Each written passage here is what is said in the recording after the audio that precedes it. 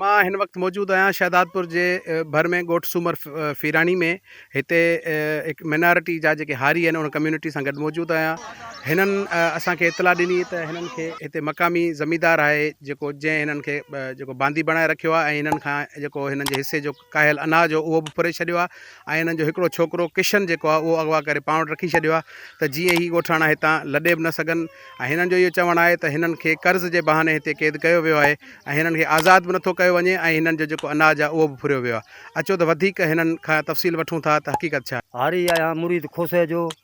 इन के बाबा ही असांखे 15 ॾींहं थियो आहे यको असां ते हमला असांजे बचनि ते घेरा। हिकिड़ो मुंहिंजो बचो खणाई वियो आहे, ॿियो कब्ज़ार आहे। हिन जो पुटु गाॾी में हणी खणी विया, कृष्ण नालो आहे हुनजो। असांजे बाबा हिते तमामु क़ैद थिया पिया आहियूं, तमामु मजबूर आहियूं।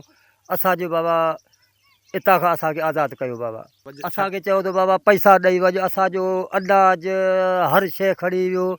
जे लेखो करे थो चए लेखे जा पर्चा कोन्हे, जे लेखो करे थो त असांजा था बचनि बाबा। हिन ॾे 3 लख रुपया, हो 3 लख 2.5 लख असांजा बचनि था। हू चए त 1.5 लख असांजो आहे। हाणे असां आणियूं किथां? असां त खाधे में अधूरो कयूं बाबा। उहो बचनि खे बि पिनी ऐं था खारायूं बाबा। ऐं असांजो बचो आहे उहो असांखे अखे ॾेखारनि त सही, भला ॿियो न त असांजो बचो त असांखे अखे ॾेखारनि। इहा महिरबानी कयो बाबा, असांजा बच्चा आज़ादु कयो तव्हां क़ैद मां। मसलो अब्बा अन्न अन्न अन्न कोन ॾिनो, बोहो कोन ॾिनो। ऐं मुंहिंजे पहिरीं ॻाल्हि त मुंहिंजो बचो ई 4-5 ॾींहं घेरो लॻो। घेरे में पोइ अलाए केरु खणी वियो, इनजो इहो मुरीद खणी वियो ऐं उनजो कमदार हो पोइ हिते 2-4 ॾींहं थिया आहिनि अब्बा। ई असांखे हितां कढे ऐं मुंहिंजो बचो आणे ॾियो।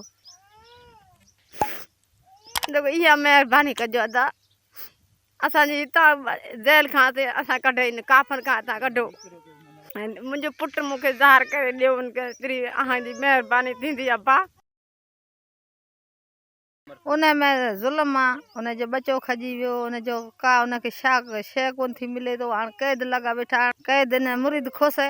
अच्छा छाला कयो रस्ते इन्हनि बनी काई 4 साल बि इन्हनि में इहो ई ज़ुल्म हो, इहो ई ज़ुल्म हो। हेल तो साल में इन्हनि में तमामु ज़ुल्म वॾो कयो। जी नाज़रीन, हिननि बांदी बणायल हारियुनि जा हाल अवां ॿुधा।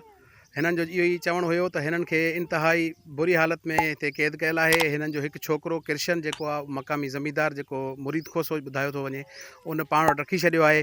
उन जे एवज़ ही माण्हू हिते मजबूर थी क़ैद आहिनि ऐं हिननि जो इहो ई मुतालबो इंतिज़ामिया सां आहे, सरकार सां आहे, अदलिया सां आहे त हिननि खे हिन ज़मींदार खां हितां आज़ादु करायो वञे त जीअं ही सुख जो साह खणनि। छो त हिन वक़्तु हिन वटि खाइण लाइ बि कुझु कोन्हे को। हिननि जो अन्न तक जेको आहे उहो ज़मींदार बकोल हिननि जे त उहो खणी वियो आहे।